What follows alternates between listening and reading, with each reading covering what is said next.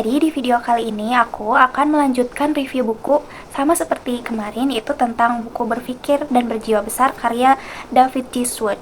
Nah, di pembahasan kali ini kita fokus pada pembahasan bangun kepercayaan dan hancurkan ketakutan. Nah, di dalam bab ini itu menjelaskan bahwa salah satu penghambat terbesar kesuksesan itu adalah rasa takut.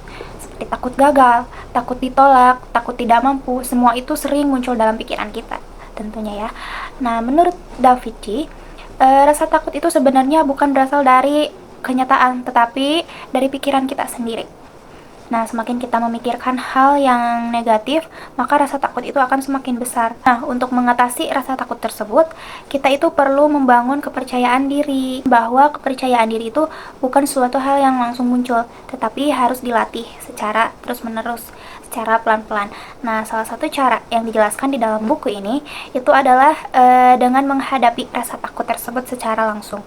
Jadi misalnya kalau kita takut berada di depan umum, maka kita harus mulai mencoba berbicara di depan umum agar sedikit lebih berani. Selain itu juga penulis dalam buku ini menyarankan untuk mengisi pikiran dengan hal-hal yang positif, tidak terlalu memikirkan kemungkinan yang buruk, dan fokus pada tindakan, bukan hanya rasa khawatir. Nah, hal ini juga penting ya. Lainnya adalah bahwa tindakan ini bisa mengalahkan rasa takut. Semakin kita bertindak, maka rasa takut akan semakin berkurang. Kelebihan dari bab ini, pesannya itu sangat relevan dengan kehidupan sehari-hari. Nah, hampir semua orang juga pernah kan pernah merasa takut gitu. Jadi materi ini juga mudah dipahami dan dekat dengan pengalaman kita tentunya. Namun ada kekurangan, yaitu ada beberapa menjelaskan secara berulang karena masih menekankan pentingnya berpikir positif, sama seperti bab yang sebelumnya gitu.